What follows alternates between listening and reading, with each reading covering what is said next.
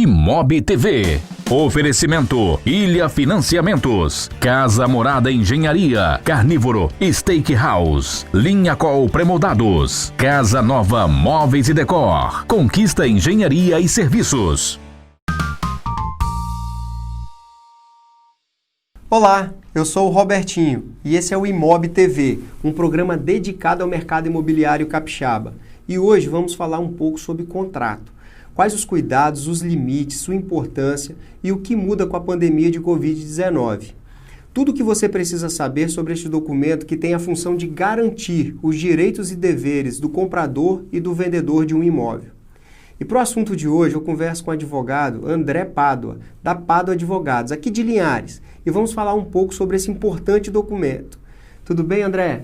Tudo bem. Seja muito bem-vindo aqui ao nosso estúdio do Imob TV. A gente está aqui na TV Sim, no canal 16.1 e também na imobtv.com.br, e o áudio desse programa vai ser disponibilizado no housecast.com.br também. André, para começar o nosso bate-papo, eu queria que você falasse sobre a importância desse instrumento, né, que é o contrato de compra e venda de um imóvel. Bom, o contrato ele é de suma importância porque ele vai trazer segurança jurídica para as partes. Quando você formula um contrato, você escreve tudo aquilo que foi combinado, tudo aquilo que foi pactuado. O contrato ele pode ser de forma verbal, mas para compra de imóvel não. Então é importante que a parte deixe ali declarado tudo o que foi objeto do acordo. Por exemplo, qual é a qualificação das partes? Nome, sobrenome, estado civil, número de documentos pessoais. Qual foi o valor da negociação, a forma de pagamento, quais eram as condições do imóvel, que o comprador conhece as condições do imóvel, que ele aceita as condições do imóvel, o que fica dentro do imóvel, o que sai do imóvel. Então, todas essas questões elas devem ser trabalhadas para que no futuro as partes tenham condições de saber aquilo que foi de fato combinado. Entendi. E até mesmo facilita um pouco no caso de uma ação judicial, alguma coisa, isso facilita também no entendimento também de um juiz, por exemplo, que vai fazer uma conciliação, por exemplo, né? Exatamente. No próprio contrato a gente costuma colocar quais serão as consequências do desfazimento do contrato, seja por descumprimento de pagamento, seja por descumprimento da condição do próprio imóvel. Então a gente costuma colocar ali quais são as condições e de uma forma de evitar que a parte precise buscar o judiciário para resolver aquele problema. O contrato hoje em dia ele tem uma importância muito grande. Há algum tempo entrou em vigência a Lei da Liberdade Econômica, que ela trouxe para o contrato essa importância. Então o ideal é que as partes coloquem nesse instrumento tudo que foi importante para a negociação, inclusive as consequências no caso de desfazimento. E busque o judiciário só em última instância. Última alternativa. Tá? Porque eu costumo dizer que as decisões judiciais, elas nem sempre são as mais acertadas. As decisões tomadas pelas próprias partes, com base naquilo que elas mesmas combinaram, elas costumam ser umas decisões melhores, decisões mais justas. Pelo menos decisões que as próprias partes já tinham ciência, já tinham definidos os parâmetros. Entendi. E quais são os tipos de contratos, né, que numa relação de compra e venda de um imóvel tem várias particularidades, né? Quais são os tipos de contratos mais comuns que a gente vê por aqui? Isso aí vai depender do que foi combinado. Então, se você faz uma compra e venda e o pagamento é feito à vista, em parcela única, faz logo a escritura pública. Procura um cartório, faz a escritura pública, registra. Agora, se o combinado é um pagamento parcelado, se usa muito a promessa de compra e venda. Promessa de compra e venda, você coloca ali quais são as condições de pagamento, qual a forma desse pagamento parcelado, e o comprador ele tem direito à escritura no final, se ele conseguir cumprir o pagamento daquilo que ele acordou. E uma outra espécie de contrato, na verdade uma cláusula, né, que é muito usual hoje em dia, é o contrato com a alienação fiduciária, que é aquele contrato normalmente que você faz com um agente financeiro e o próprio imóvel já serve de garantia para o pagamento. Não pagou, no caso da alienação, não precisa da justiça também. Esse imóvel já vai a leilão e com a venda desse imóvel, o credor já recebe e não o quita a dívida. Maravilha. Essa alienação ela veio para substituir a ideia de hipoteca, que era uma ideia um pouco ultrapassada, e o mercado exigia uma coisa mais dinâmica. Entendi. Então veio essa alienação judiciária. E numa relação de compra e venda de um imóvel, qual cláusula que não pode faltar de forma alguma num contrato?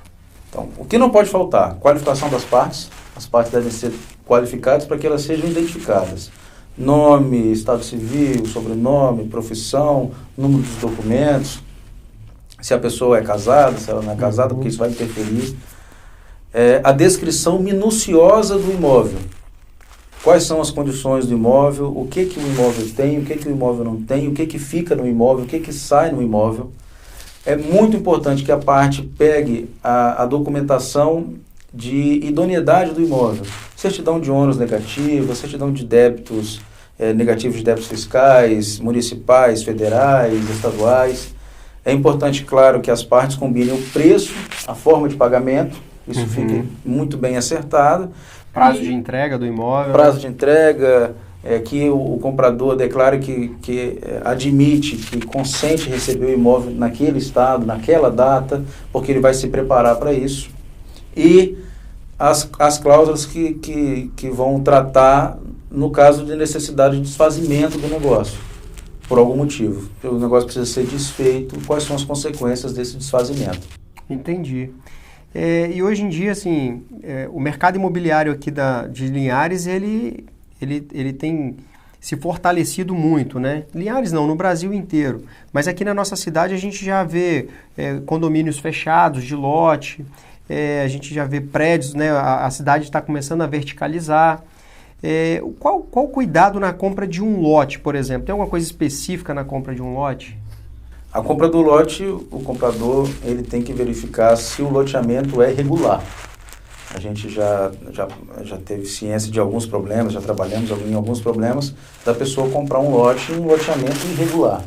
O que é o loteamento irregular? É aquele loteamento que não foi aprovado na prefeitura. Então, o loteamento, para ele ser lançado, para ele ser vendido, ele precisa seguir uma série de burocracias anteriores, isso tudo está na lei municipal, e precisa ter o aval do município. Então, a pessoa está interessada em comprar um lote, ela tem que buscar primeiro informações disso. Esse loteamento é regular, esse loteamento foi aprovado, ele tem inscrição imobiliária junto ao cartório, tomadas essas devidas providências de saber da regularidade, aí é combinar preço, combinar forma de pagamento, e ele pode fazer uma compra de forma segura. Maravilha. Então, gente, quando você for comprar um lote, verifique se esse loteamento ele tem as aprovações na prefeitura, ele não é ele é um loteamento regulamentado, não é um loteamento clandestino, para evitar desafios futuros. A pessoa, inclusive, ela pode ser responsabilizada civil e criminalmente. Quem faz o loteamento e quem compra o loteamento também. Então, por isso que é importante a pessoa se cercar desses cuidados. Então, desconfie de quando tem uma condição na venda de um imóvel, seja ele lote ou uma casa, desconfie quando é muito fácil você comprar, não precisa de entrada, parcelas muito facilitadas, muito baixas, ou um dinheiro de adiantamento. Desconfie, procure saber, todas as vezes que você for comprar um imóvel, procure saber se esse imóvel ele está regular. A gente vai para um rápido intervalo agora e na volta a gente vai continuar sobre esse assunto.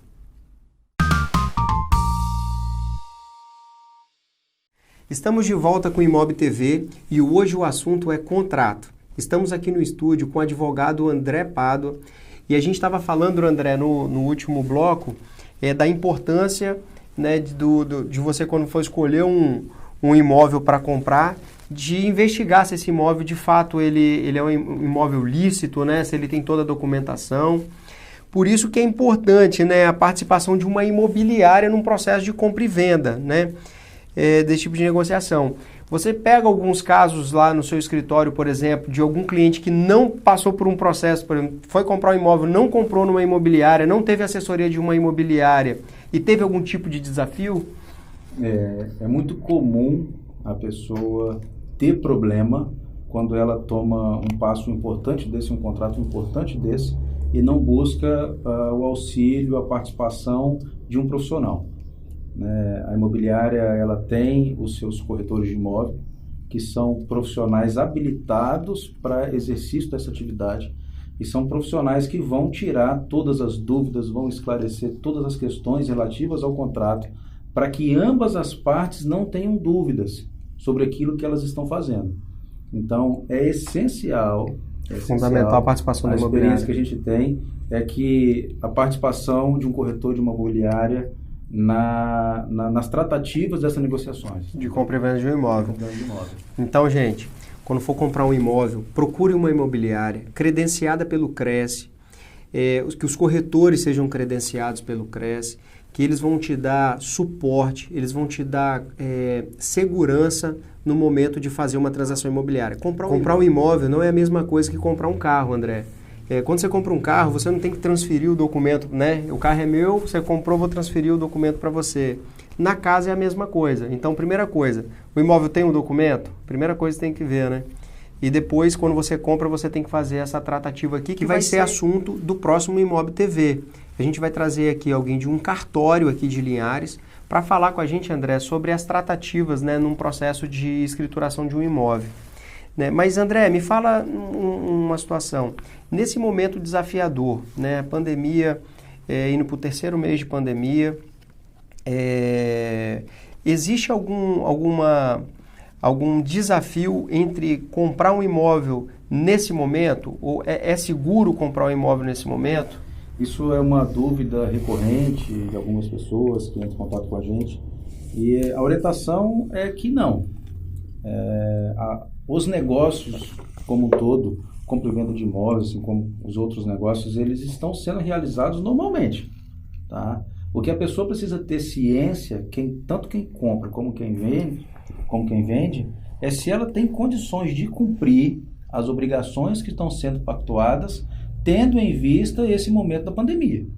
Então, a pandemia está me afetando de que forma? Essa afetação vai me impedir de cumprir a obrigação que eu estou pactuando aqui agora? Não vai. Eu tenho condições de cumprir, independente do que está acontecendo agora e do cenário que se desenha daqui para frente. Então, se esse cenário que se desenha, que é isso, é o que, pelo menos que eu espero, ainda vai demorar alguns meses para voltar ao normal, eu consigo projetar isso para cumprir a minha obrigação? Consigo. Então, pode firmar o seu contrato com segurança, coloca inclusive essa cláusula no seu contrato, que as partes têm ciência do momento que ele está sendo feito e que tem condições de cumprir, que eu não vejo nenhum problema.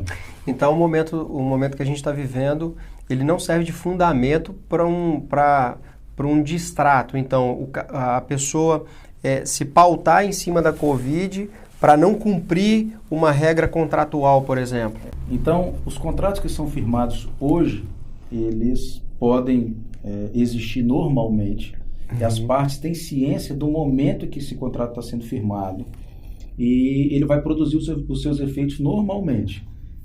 A gente até indica que a parte coloque uma cláusula no contrato falando, olha, tenha ciência do momento e das consequências dessa pandemia e que você sabe que essas consequências não afetarão o cumprimento das obrigações. Entendi. Pode firmar contrato de compra e venda como qualquer outro normalmente. Pelo que eu vejo no mercado imobiliário, o segmento do setor imobiliário que foi mais impactado foi o setor de aluguel, né? Então, é correto dizer assim, que esse momento de pandemia é um momento de renegociação de contratos? Perfeito. A pandemia, ela pode ser entendido como um evento inesperado, um evento que a pessoa não poderia prever. Então, ele pode servir de fundamento, sim, para uma renegociação. Tá? É muito importante que as partes busquem renegociar e equilibrar os prejuízos. Entendi. Quais os cuidados que devem ter no momento dessa renegociação? Isso é muito importante. A pessoa que ela já prevê que ela não vai conseguir cumprir com a sua obrigação, faça um contato com outra parte. Então, eu sou um devedor de aluguel, eu moro de aluguel, eu perdi o meu emprego, eu tive reduzidas as minhas horas do meu trabalho, eu fui afetado de alguma forma, eu acho que eu não vou conseguir pagar o aluguel. Primeira coisa que eu tenho que fazer, entrar em contato com o dono do imóvel, com o locador. Fala, meu amigo, olha, a situação é essa, eu estou em dificuldade financeira, eu fui afetado, eu preciso renegociar. Ninguém quer rescindir o contrato, não é interessante para ninguém, mas é o momento também de se dividir prejuízo. Não adianta o dono do imóvel falar assim, eu não vou reduzir nada. Se você quiser, você saia. Nem conseguir tirar ele de lá, ele vai conseguir. Porque é muito difícil uma ordem de despejo ser cumprida nesse momento. Existe até um projeto de lei para impedir despejo nesse momento que está prestes a ser assinado pelo presidente da República. Então, a questão é o mais transparente possível. Entre em contato com a outra parte, negocie, apresente documento, esclareça, tire dúvida e jogue limpo. Porque também tem muito oportunismo nesse momento. A pessoa fez um negócio, se arrependeu e fala assim, a pandemia está me afetando, eu não quero mais. Eu aluguei muito caro, agora eu quero reduzir, mas não por causa da pandemia, porque ele se arrependeu do que ele fez. Entendido. Então, o momento é de clareza, sinceridade para evitar oportunismo. Então, gente, olha, se você tem um contrato de aluguel, se você foi afetado pela pandemia, procure a sua imobiliária, procure o proprietário do imóvel e renegocie o seu aluguel. Mas se você não foi afetado pela pandemia, se a sua vida financeira, seu emprego, seu trabalho, sua empresa continua numa boa, não é o momento de você ir lá renegociar o seu aluguel, porque está no contrato, lá no seu contrato de aluguel. Então, nós precisamos ter a consciência nesse momento que a pandemia não é só aqui no nosso município, no nosso estado, no nosso país. A pandemia é mundial, o mundo inteiro está passando por um desafio, uma reinvenção do trabalho, uma reinvenção do consumo. Então, cada um de nós temos que fazer a nossa parte. Então, sejamos conscientes, né, na hora de acionar uma renegociação de um contrato imobiliário. E nós vamos para um intervalo comercial e no próximo bloco a gente volta aqui com o nosso amigo André Pádua. Estamos de volta com o advogado André Pádua aqui no estúdio da Imob TV.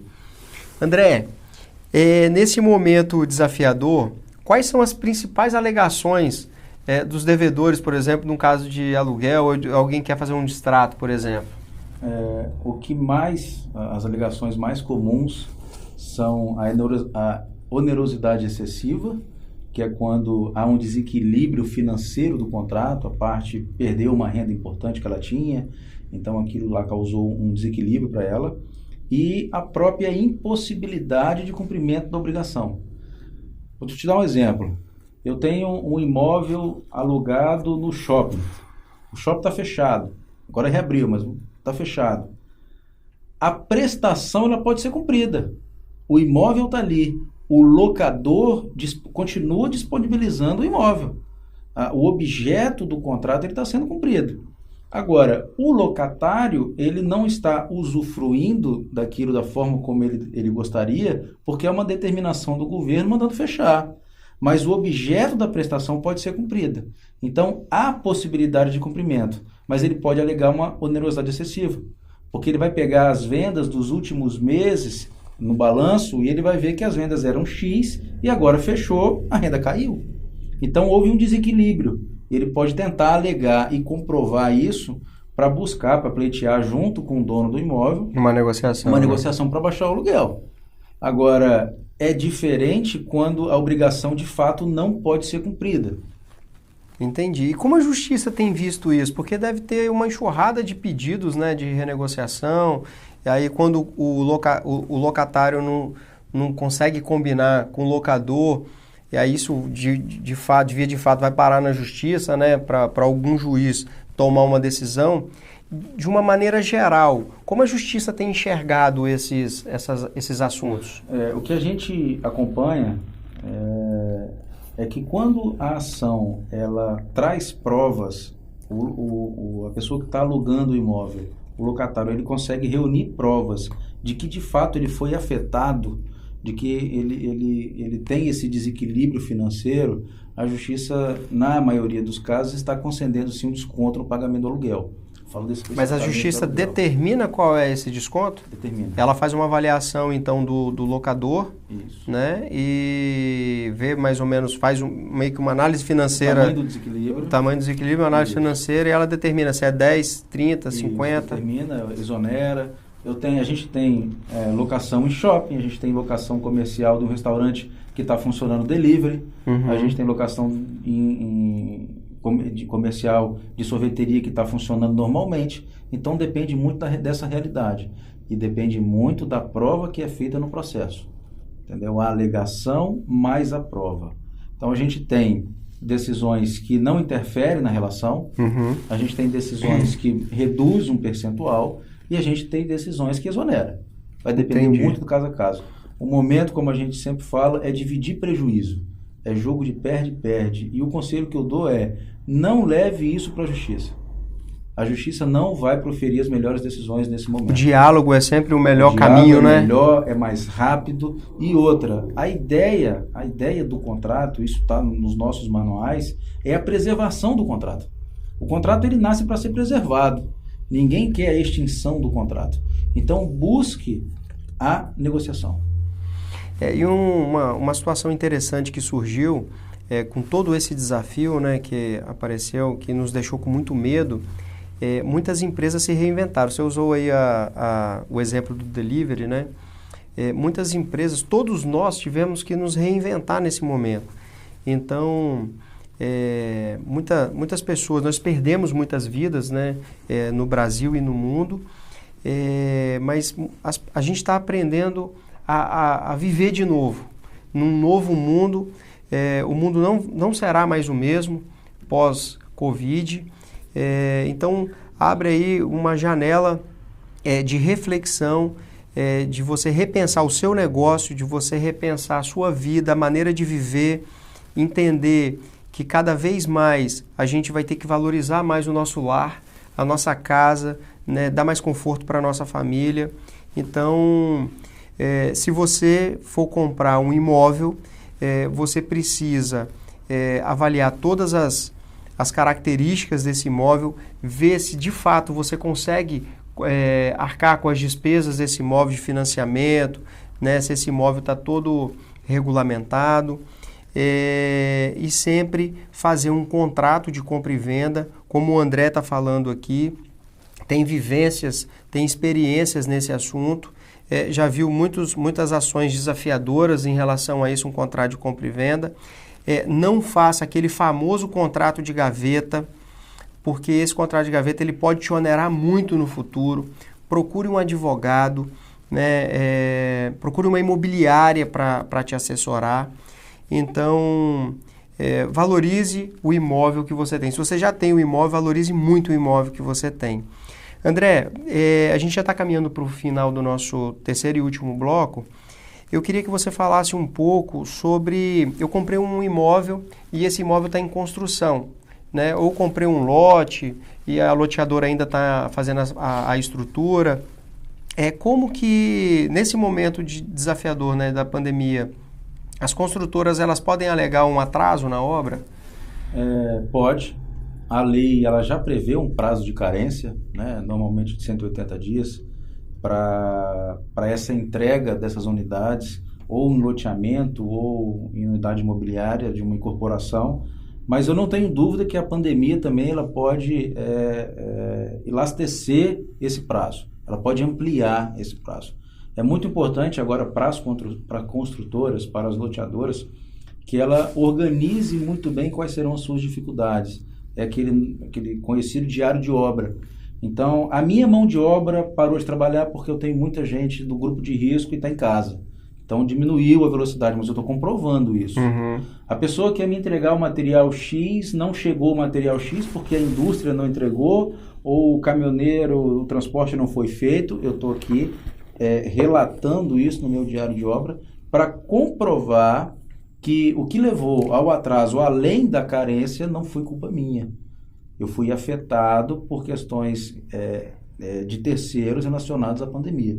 Eu não tenho dúvida que se essa prova for bem feita, vai poder sim ter uma ampliação desse prazo de carência para entrega. Nós percebemos que o ritmo das obras eles diminuíram um pouco mesmo em função, porque muitas construtoras tiveram que dispensar alguns funcionários em função de fator de risco, né? Mas a gente... Dificuldade de material, mas as obras não pararam. Exatamente. Então, que bom que as obras não pararam, que manteve né, a produtividade, manteve os empregos, manteve a renda.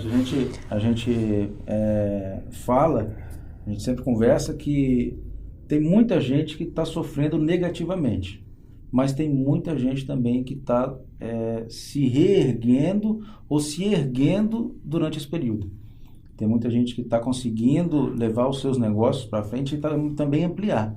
A gente recebe muita demanda de contratos para serem feitos nesse momento, o que reflete, talvez aqui no mercado imobiliário, de expansão, de aquecimento de vendas. O mercado imobiliário ele está passando por uma boa fase, pelo menos aqui na nossa região, no norte do estado, aqui em Linhares, passa por uma boa fase. As imobiliárias têm trabalhado muito, a rotina das imobiliárias tem sido aceleradas, né? É um momento onde que as construtoras estão flexibilizando o prazo de pagamento, né? As construtoras estão entendendo essa situação, então são as oportunidades. Então, para finalizar, André, eu queria te agradecer aqui a sua presença, o seu tempo, que eu sei que é desafiador hoje a gente deixar a nossa rotina, nosso trabalho, né, nossa família para vir aqui. Obrigado por vir dividir isso com a gente. Nós estamos aqui na TV Sim, canal 16.1. Esse programa também pode ser visto no imobtv.com.br e o áudio desse programa pode ser ouvido no housecast.com.br. Tá? Obrigado mais uma vez, André. Gente, até o próximo programa. Tchau, tchau.